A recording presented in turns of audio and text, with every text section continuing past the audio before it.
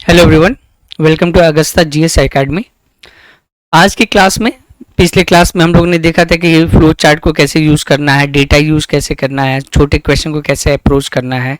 आज हम बड़े क्वेश्चन में देखेंगे साइंस एंड टेक, और छोटे क्वेश्चन में ये देखेंगे, बड़े छोटे क्वेश्चन दोनों में, कि हमें एक मॉडल आंसर कैसे लिखा जाता है।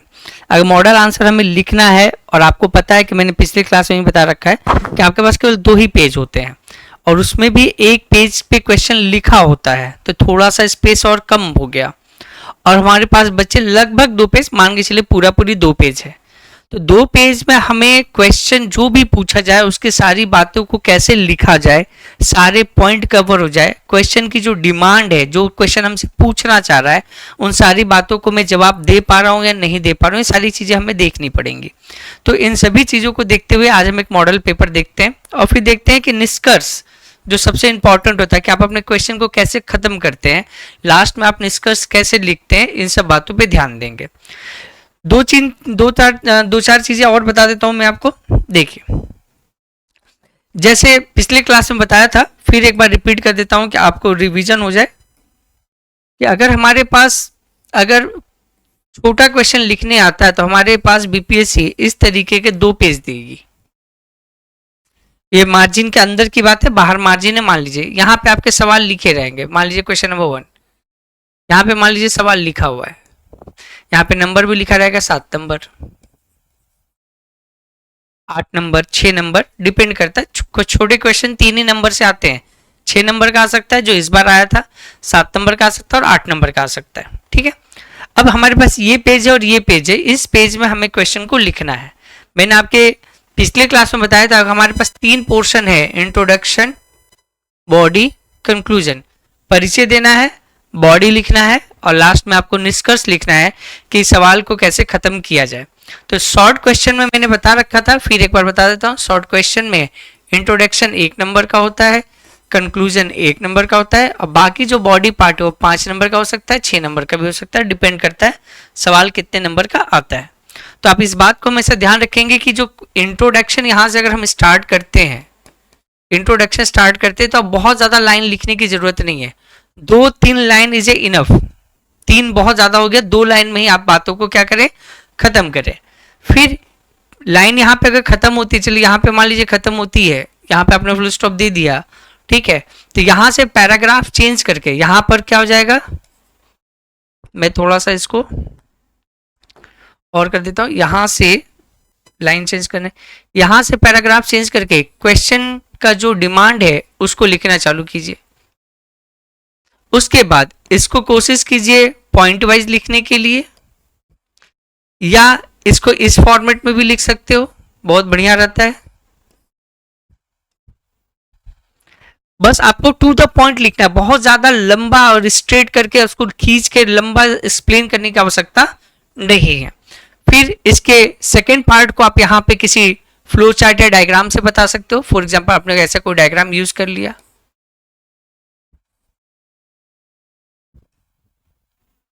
और उसके बाद कुछ यहाँ पर सरकारी पहल लिख दी। हाँ, सरकारी पहल जो लिखेंगे याद रखिएगा, उसमें 2 बातें ध्यान रखेंगे। सरकारी पहल में आपको भारत गवर्नमेंट का भी लिखना है और बिहार गवर्नमेंट का भी लिखना है। अगर भारत गवर्नमेंट का नहीं आता है कोई दिक्कत नहीं, आप बिहार गवर्नमेंट के कोई स्कीम है उसको चर्चा में लिख सकते हैं। फिर लास्ट में पैराग्राफ चेंज करके आप 2 लाइन या मैक्स से मैक्स 3 लाइन में क्या लिख सकते हो, कंक्लूजन। तो ये रहा आपका कंक्लूजन, निष्कर्ष, ये रहा आपका इंट्रोडक्शन, और ये रहा आपकी बॉडी। इस फॉर्मेट में लिखते जाइए, छोटा लिखिए, टू द पॉइंट लिखिए, नंबर ऑफ पॉइंट की संख्या ज्यादा रखिए, मतलब आपके पास पॉइंट की संख्या ज्यादा होनी चाहिए। कंटेंट सटीक हो, छोटा हो तो बेहतर होगा। किस क्वेश्चन के लिए, शॉर्ट क्वेश्चन के लिए। तो आज हम एक क्वेश्चन को डिस्कस करते हैं, फिर आपको बताते हैं कि इस क्वेश्चन को कैसे लिखना चाहिए और इसमें हमें क्या क्या बातों का ध्यान रखना चाहिए। तो एक क्वेश्चन लेते हैं, चलिए इस क्वेश्चन को थोड़ा देखा जाए। इस क्वेश्चन को थोड़ा पढ़िए, पहले समझाइए कि विज्ञान और प्रौद्योगिकी, साइंस एंड टेक्नोलॉजी, कृषि उत्पादकता और खाद्य संरक्षण में किस प्रकार से मदद कर रही है। तो अब ये क्वेश्चन में साइंस एंड टेक्नोलॉजी को दो भागों में पूछा गया कि कैसे मदद कर रही है। तो सबसे पहला काम, कोई भी स्टूडेंट अगर पहला काम अगर करना चाहता है इसमें, तो पहला काम कीजिए कि हमें थीम निकालना है कि क्वेश्चन किस पर आधारित है। तो क्वेश्चन आधारित है कृषि उत्पादकता पर, क्वेश्चन आधारित है कृषि उत्पादकता पर, पॉइंट नंबर 1, और खाद्य संरक्षण नंबर 2। तो हमारे पास थीम आ गया 2, ठीक है। थीम नंबर 1 कृषि उत्पादकता,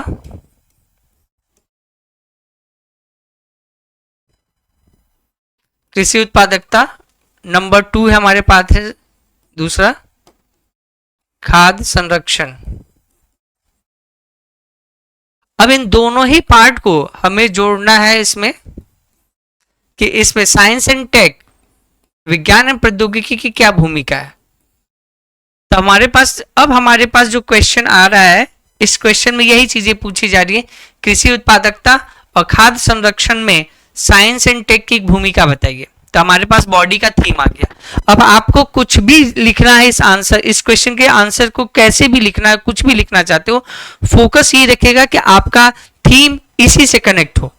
अब ध्यान से, बच्चे क्या करते हैं जनरली, क्या होता है, कृषि देखते हैं, खाद्य देखते हैं, तो अब कृषि के बारे में सारी बातें लिख देते हैं, खाद्य के बारे में सारी बातें लिख देते हैं। पर नहीं, सारी बातें नहीं लिखनी है, बातें लिखनी कि इनमें विज्ञान एवं प्रौद्योगिकी की भूमिका बतानी है, ये हमारी कैसी मदद कर रहा है। ठीक है, पारंपरिक जो कृषि हो रही है उससे उत्पादकता नहीं बढ़ रही है, तो अगर हम साइंस एंड टेक्नोलॉजी को जोड़ेंगे, विज्ञान एवं प्रौद्योगिकी को जोड़ेंगे, तो उसकी उत्पादकता कैसे बढ़ेगी, और उत्पादन हो जाएगा तो फिर उसकी खाद्य को संरक्षण करने की प्रक्रिया में हमारे विज्ञान एवं प्रौद्योगिकी की भूमिका बतानी है। तो क्वेश्चन को 2 हिस्सों में बांटा गया, तो आप 2 हिस्से लेंगे, फिर वापस आते हैं। तो इस वाले केस में इस पेज नंबर 1 में, ये आपका पेज नंबर 1 है और ये पेज नंबर 2 है। तो आप यहाँ पे साइंस एंड टेक्नोलॉजी का इंट्रोडक्शन देंगे, उसके बाद इस वाले पार्ट में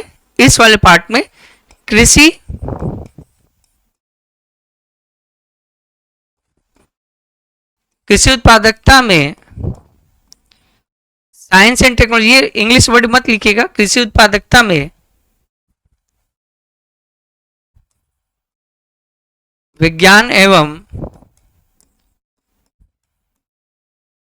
प्रौद्योगिकी की भूमिका, ये यहां पे आपको हेडिंग डालना है यहां पर। उसके बाद यहाँ पे 1 point, 2 point, 3 point, 4 point, 5 point, 6 point तक नहीं जाइए, बहुत लेंदी हो जाएगा। कम से कम मेरा मानना है आप 5 पॉइंट लिखिए। अगर एग्जाम में बहुत ज्यादा समय की कमी आ गई और आप 5 पॉइंट लिखेंगे तो बहुत सारे सवाल छूट जाएंगे। तो सजेशन है कम से कम एट लीस्ट आप कम से कम कितना पॉइंट लिखिएगा, 3 पॉइंट। ये हो गया इसकी बात, ठीक है। फिर इस पोर्शन में आ जाए, ठीक है। तो इस पोर्शन में अगर आपको लेना है तो यहां पे आप लिखिए वही कहानी, ये वाला कहानी रिपीट करना है, खाद्य संरक्षण में विज्ञान प्रौद्योगिकी की भूमिका। फिर इसके 1, 2, 3, 4, 5, 6, 7, 8 इतना नहीं लिखना है, पर आपके पास पॉइंट है तो लिख सकते हैं। पर इतना पॉइंट ना मिले तो 5 लिखिए, सबसे स्टैंडर्ड 5 पॉइंट बहुत अच्छा है। अगर पॉइंट की कमी पड़ी है तो कम से कम, मैंने भी जस्ट बताया क्या, 3 पॉइंट। तो 2 पार्ट आ गए। क्वेश्चन की डिमांड क्या है, क्वेश्चन की डिमांड है हमारे पास, क्वेश्चन की डिमांड है खाद्य उत्पादकता, कृषि उत्पादकता और खाद्य संरक्षण, दोनों डिमांड को पूरा कर दिए। अब हमें इस क्वेश्चन को और बेहतर कैसे बनाना है, आपने तो साइंस से जोड़ दिया, बेहतर बनाना तो बस इसमें पूछा नहीं गया, फिर भी मैं सजेशन दूंगा कि आप एक सरकारी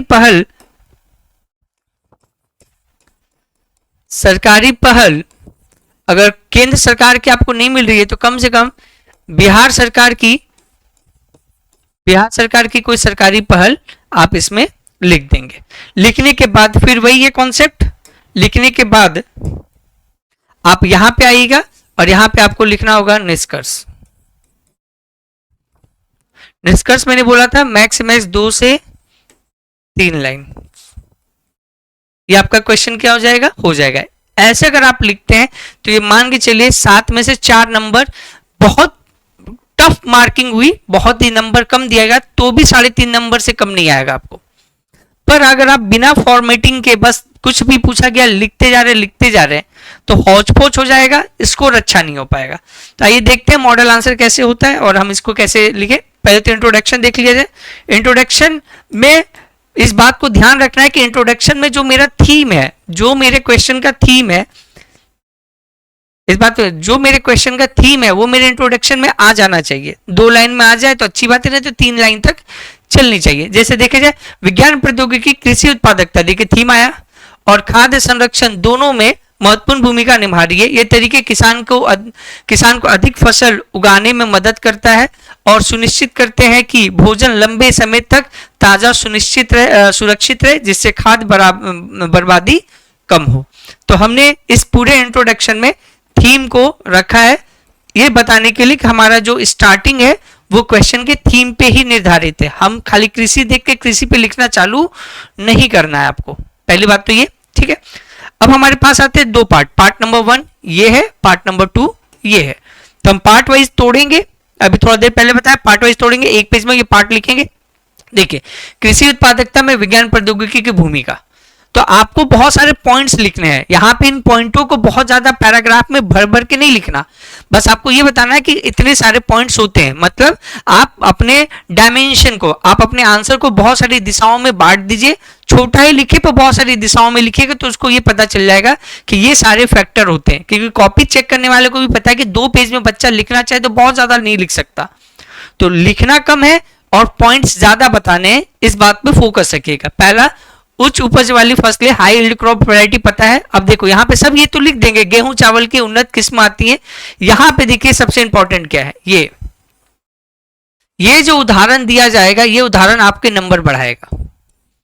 आप ये लिखिएगा तो उसे ये समझ में आ जाएगा कि ये कृषि उत्पादकता बढ़ाने में विज्ञान एवं प्रौद्योगिकी की भूमिका का एक अहम हिस्सा है। यहां तक तो सभी लिख देंगे। उच्च जो हमारा उपज वाली फसलें होती हैं, जिससे हरित क्रांति आई थी, ग्रीन रेवोल्यूशन इसी के कारण आया था, ये सभी बच्चे अपने आंसर में लिखेंगे। पर आपको उनसे बेहतर कैसे लिखना है कि बस ये पॉइंट लिखने के बाद इसको एक्सप्लेन ना भी करना चाहो तो कोई दिक्कत नहीं है, ये नहीं लिखना चाहते हो तो भी मत लिखो, कोई दिक्कत। अगर आप इस पॉइंट को ना भी लिखोगे ना, इस पॉइंट को ना भी लिखोगे तो चलेगा। ये पॉइंट यहां तक लिखे और लिख देंगे खाली ब्रैकेट में क्या, उदाहरण, जैसे सोनालिका और कल्याण सोना, ठीक है। तो ये एक एग्जांपल आपके इस पॉइंट को क्या बना देगा, बहुत ही क्या स्ट्रॉन्ग। यहां पे आपको 1 नंबर बढ़ जाएगा। अगर आप ये नहीं लिखते, ये पॉइंट लिखते तो भी काम चलेगा, पर ये बहुत अच्छा आंसर हो जाएगा। बाकी लोगों के कंपैरिजन में आधा 1 नंबर की मार्जिन आपको मिलेगी। फिर सटीक कृषि में देखिए पहला ऑप्शन ड्रोन, दूसरा ऑप्शन सेंसर, तीसरा ऑप्शन जीपीएस तकनीक। जीपीएस तकनीक यहाँ इंग्लिश में लिखा हुआ है। 1 2 साइंस एंड टेक्नोलॉजी में, इस बात को ध्यान रखिएगा, 1 2 जो स्टैंडर्ड शॉर्ट फॉर्म होते हैं, आप उसको इंग्लिश में 1 2 वर्ड इस्तेमाल कर सकते हैं। बहुत ज्यादा इंग्लिश इस्तेमाल करने की आवश्यकता नहीं है, ठीक है। जीपीएस तकनीक हो गया, सेंसर हो गया, ड्रोन हो गया। तो ये देखो point number 1, point number 2, point number 2 में 3 पार्ट है तो आप इसको पॉइंट ही मान के चलो। तो 1 2 3 4 और एक उदाहरण हो गया, ठीक है। उसके बाद ये देखिए मशीनीकरण और स्वचालन। अगर मशीन को बेहतर, कृषि उत्पादकता को बेहतर बनाना है तो आपको मशीन और आधुनिकीकरण, स्वचालन मतलब ऑटोमेशन जहां पे आएगा वहां पे मानवीय कार्य बहुत कम हो जाएंगे, लोगों को काम करने की आवश्यकता कम पड़ेगी और मशीन से, ऑटोमेशन से, स्वचालन प्रक्रिया से काम ज्यादा होगा और लोगों की जो लागत लगती है, बहुत ज्यादा कृषि में लोग उसमें ये लगे होते हैं जिनकी आवश्यकता नहीं होती है, वो भी लोग कृषि में लगे होते हैं, उनकी आवश्यकताएं को खत्म करेगा अगर हम मशीन और स्वचालन प्रक्रिया को अपनाते हैं, ठीक है। जैसे ट्रैक्टर, हार्वेस्टर, स्वचालित सिंचाई प्रणाली, ऑटोमेशन, इरिगेशन सिस्टम। ये आपको इंग्लिश नहीं लिखना है, मैंने यहाँ लिख दिया कि अगर आपको इसका अगर मीनिंग ना समझ में आए तो इससे आप इसको समझ लें, ठीक है। क्लियर कट है।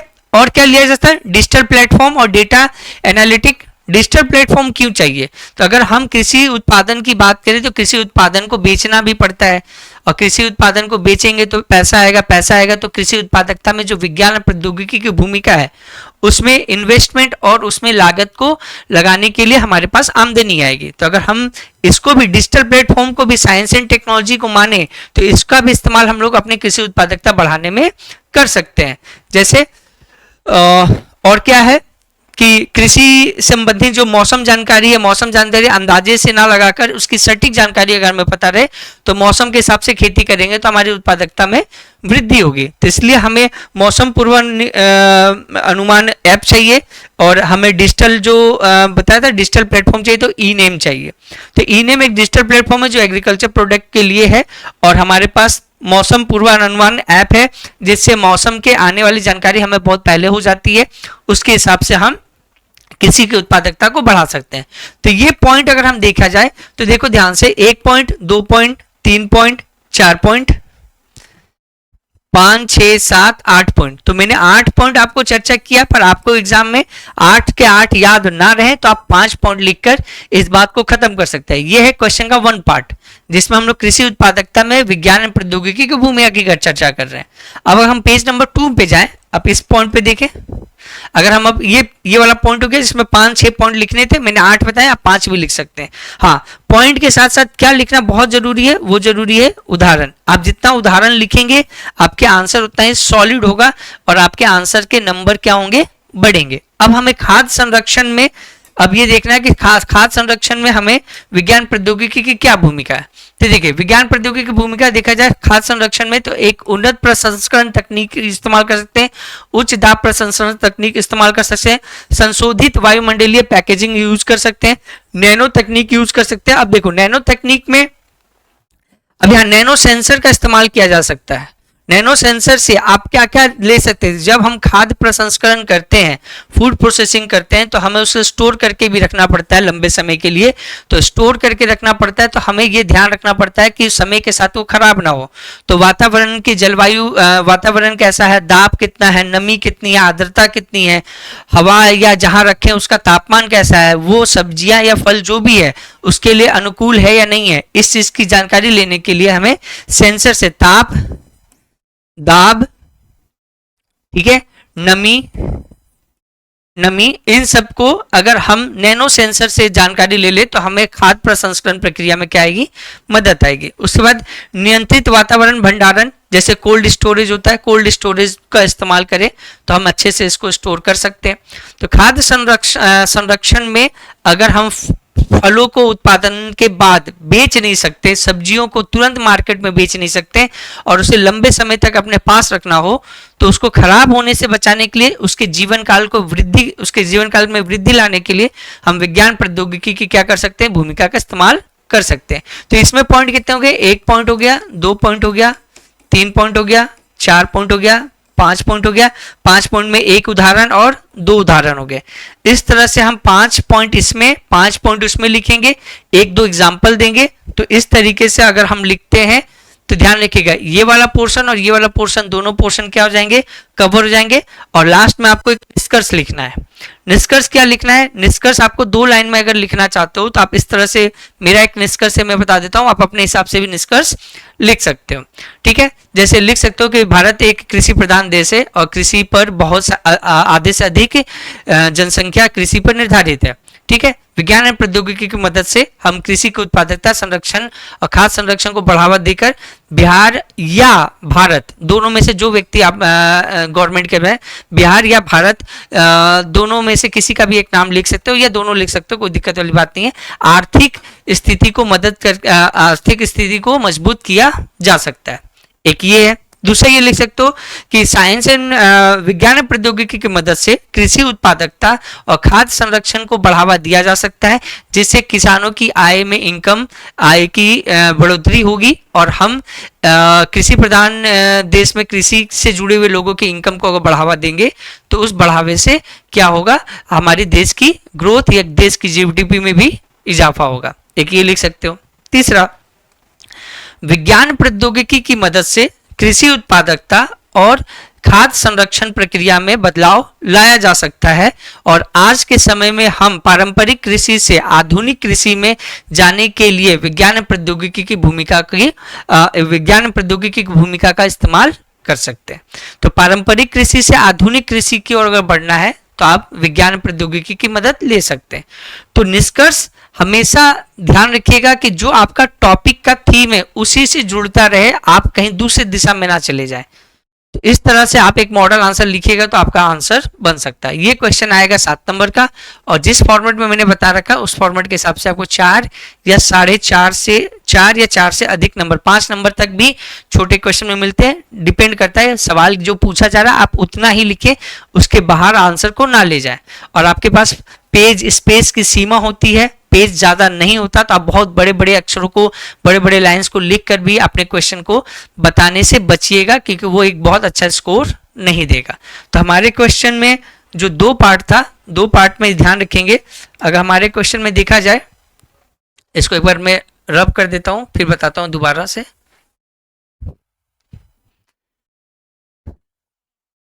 देखिए, अगर हमारे क्वेश्चन में देखा जाए कितने पार्ट है, तो 2 पार्ट है। एक है कृषि उत्पादकता, यह हमारा थीम है नंबर 1, और एक है खाद्य संरक्षण नंबर 2। तो ये थीम पे ही आपको टिके रहना है, इससे बाहर आप कुछ भी मत लिखिएगा, कुछ भी लिखिएगा स्कोर नहीं बनेगा। ठीक है, आप टॉपर्स की कॉपी देख लीजिए, जिन्होंने अभी रैंक 1 की कॉपी मैंने देखी थी, उनके करंट अफेयर में 14-15 नंबर ही आए हैं। टोटल 14-15 नंबर ही आए हैं आपके 38 नंबर में से। क्वेश्चन में 1 number 2 number 1 number 2 number 1 number 2 number इस तरह से दिया गया है। तो कुछ इस तरह से नंबर भी आते, क्योंकि सवाल कुछ और पूछा जाता है, आप कुछ भी लिख देते हो। तो जब कुछ भी लिखोगे तो इससे ज्यादा उम्मीद मत करना 1 नंबर या 2 नंबर, पर क्वेश्चन का थीम पे लिखोगे, और सवाल थीम पर जो लिखा जा रहा है, जो जवाब है जो थीम पे ही आधारित है, तो ये बात मानिएगा कम से कम आपको आधा नंबर तो देगा। आधा मतलब 50% नंबर तो आपको देगा वो। अगर उसमें आपने सरकारी पहल लिख दिया और बहुत सारी चीजें जोड़ दी, तो उस हिसाब से और बेहतर हो सकता है। जैसे इस क्वेश्चन में देखा जाए तो यहां तक लिख लिया आपने, उसके बाद अगर और सरकारी पहल में अगर इस क्वेश्चन में और जोड़ा जाए तो क्या जोड़ा जा सकता है। सरकारी अगर पहल लिखना है तो आप तो पहले लिख सकते हो, जैसे ड्रोन की चर्चा हुई थी तो आप ड्रोन दीदी लिख सकते हो। नंबर 2 आप पीएम कुसुम लिख सकते हो। पीएम कुसुम योजना सिंचाई संबंधित योजना है। ठीक है, तीसरा लिख सकते हो किसान क्रेडिट कार्ड, केसीसी बोला जाता है। बस 2-3 लिखोगे तो बस आपके एक सरकारी पहल एक नया क्या हो जाएगा, नया डायमेंशन हो जाएगा जो क्वेश्चन में दिखेगा। बाकी लोगों के क्वेश्चन में अगर ऐसा नहीं दिखता है तो सिंपल सी बात है आपका स्कोर 4, 4.5 या 5 तक जाएगा। तो आपने थीम 2 थे तो दोनों को अलग अलग पेजों में समझाया, उसके बाद उसके 2-3 सरकारी पहल लिख दिए, फिर आपने निष्कर्ष लिख दिया 2 लाइन में, और 2 लाइन का इंट्रोडक्शन लिख दिया। निष्कर्ष और इंट्रोडक्शन जो भी लिखेंगे ध्यान रखिएगा क्वेश्चन के हिसाब से लिखिएगा। क्वेश्चन में कृषि देखकर साइंस एंड टेक्नोलॉजी की भूमिका कृषि के लिए पूछी गई है, तो आप कृषि पे लिखना, जो इंट्रोडक्शन लिखेंगे, निष्कर्ष कृषि पे लिखेंगे, उसमें विज्ञान की भूमिका को जरूर मेंशन करें, कि क्वेश्चन से बाहर आपको नहीं जाना है। कृषि बहुत बड़ी टॉपिक होती है, उसमें बहुत सारी चीजें होती हैं, वो सारी चीजें आपसे नहीं पूछी गई हैं। आपसे पूछा गया है उत्पादकता और खाद्य संरक्षण में विज्ञान प्रौद्योगिकी की भूमिका। तो सवाल पे टिके रहिए, आपके क्वेश्चन को बहुत अच्छा स्कोर मिलेगा। ठीक है, तो कुछ सरकारी पहल भी आप इसमें जोड़ सकते हैं। जो पहली बात, सरकारी पहल जो आप जोड़ेंगे उसमें टेक्नोलॉजी होनी चाहिए। किसान क्रेडिट कार्ड डिजिटल प्लेटफॉर्म जैसा काम करता है, एक तरह से आपका डेटाबेस है। पीएम कुसुम योजना याद रखिएगा, इसमें हमें क्या मिलता है, सोलर पंप मिलता है। सोलर पंप मिलता है सिंचाई करने के लिए, ये भी एक विज्ञान एंड टेक्नोलॉजी का बात है। और ड्रोन तो एक खुद में एक टेक्नोलॉजी है, जो ड्रोन दीदी पहल बहुत चर्चा में है। करंट अफेयर में छोटा क्वेश्चन में देखा जाए या साइंस एंड टेक्नोलॉजी में देखा जाए तो ड्रोन दीदी एक क्वेश्चन भी बनता है, ड्रोन दीदी पे क्वेश्चन भी आ सकता है इस साल के मेंस के पेपर में। तो इस तरह से आप अगर आप लिखना चाहो तो लिख सकते हो, बहुत अच्छा है ये। इस तरह से सारे मॉडल आंसर, ये है क्लासेस जो हम लोग आपको पूरा बैच पढ़ाएंगे। पढ़ाने के बाद मॉडल आंसर जो करवाया जाएगा वो इस फॉर्मेट में कराया जाएगा। साइंस एंड टेक्नोलॉजी का आप निश्चिंत रहे, साइंस एंड टेक्नोलॉजी में आपको बहुत अच्छा स्कोर मिलेगा। 40 से 45 नंबर आप मान के चलेगा, आपको 72 मार्क्स में से दिया जाएगा। ये मैं इस तरह से जिस मॉडल पेपर को जिस मेथड से मैं आपको बताऊंगा उस मेथड में बस आप लिखने की प्रैक्टिस चालू कर दीजिएगा। आपको 40+ नंबर लाना है साइंस एंड टेक्नोलॉजी में। तो जो जो बातें मैं बोलूंगा उन बातों पर ध्यान रखेंगे। ठीक है। ये बैच मैंने बताया था, ये बैच हम लोग का लॉन्च हो चुका है। 8 तारीख से क्लासेस चालू हो जाएंगे। एडमिशन ओपन है, एडमिशन हो रहे हैं, आप उसमें एनरोल कर लीजिए, पहले से सारे मटेरियल तैयार कीजिए। 8 तारीख से रेगुलर जो क्लासेस होंगी उसमें आपको बहुत कम टाइम मिलेगा, रेगुलर क्लासेस होंगी, तो उससे आपसे जो प्रिपरेशन होगा, नोट्स आएंगे, लेक्चर नोट्स आएंगे, रोज डेली प्रैक्टिस क्वेश्चन दिया जाएगा, तो बहुत हैट्रिक शेड्यूल हो जाएगा। इसलिए आप पहले से प्रिपेयर रहें, आप जितने अपने लेवल पे हो सकता है सारी तैयारी, सारे मटेरियल्स जमा कर लें। उसके बाद क्लासेस जब चालू होंगी उन क्लासेस में रेगुलर रहें, पंक्चुअल रहें, जो आपको दिया जाएगा सवाल उसको टाइम पे लिखें, जो पढ़ाया जाएगा उसका रिवीजन करें, नोट्स बनाएं, नोट्स का रिवीजन करें, आंसर राइटिंग कीजिए, आपका एक बहुत अच्छा मेंस जाएगा। तो आपको मैं बता दूं, हम लोगों का साइंस एंड टेक्नोलॉजी का बैच आ रहा है और एक बैच हमारा प्रज्ञान बैच है, जिसमें पूरा का पूरा आपका GS1 और GS2 पूरा कवर रहेगा इस पूरे बैच में। और इस पूरे बैच में आपको हिस्ट्री, जितने भी सब्जेक्ट है, हिस्ट्री है, पॉलिटी है, ज्योग्राफी, इकोनॉमी है, DI है, साइंस एंड टेक है, सारे के सारे सब्जेक्ट इसमें कवर कराए जाएंगे। याद रखिएगा, लॉन्चिंग डेट याद रखिएगा, 8 तारीख को बैच चालू हो जाएगा और रेगुलर चलेगा, और इसमें कोई भी डिले होने के कोई चांसेस नहीं है, ठीक है। ध्यान रखिएगा, 8 तारीख से हमारा बैच आ रहा, प्रज्ञान बैच में सारे GS1 GS2 आएगा। अगर आप सेपरेट केवल साइंस एंड टेक का बैच लेना चाहते हैं, सेपरेट साइंस एंड टेक का बैच लेना चाहते हैं, तो ये भी 8 तारीख से चालू होगा और इसकी फीस 799 है, आप इसको परचेज करके इनरोल करा सकते हैं, ठीक है। तो नेक्स्ट क्लास में हम लोग आगे देखते हैं कि अगर हम ऑन पेपर लिखे, ये तो PPT फॉर्मेट में था, ऑन पेपर अगर हम लिखे किसी मॉडल आंसर को तो कैसे लिखा जा सकता है, उसमें और सवाल कैसे बनेंगे, और छोटा शॉर्ट एंड स्वीट कैसे क्वेश्चन लिखा जा सकता है। तो नेक्स्ट क्लास में मिलते हैं। इसके बाद हम लोग देखेंगे कि एक और क्वेश्चन को करते हुए मॉडल आंसर कैसे किया जाता है, ठीक है। Thank you so much. Next class में इसके आगे डिस्कस करते हैं।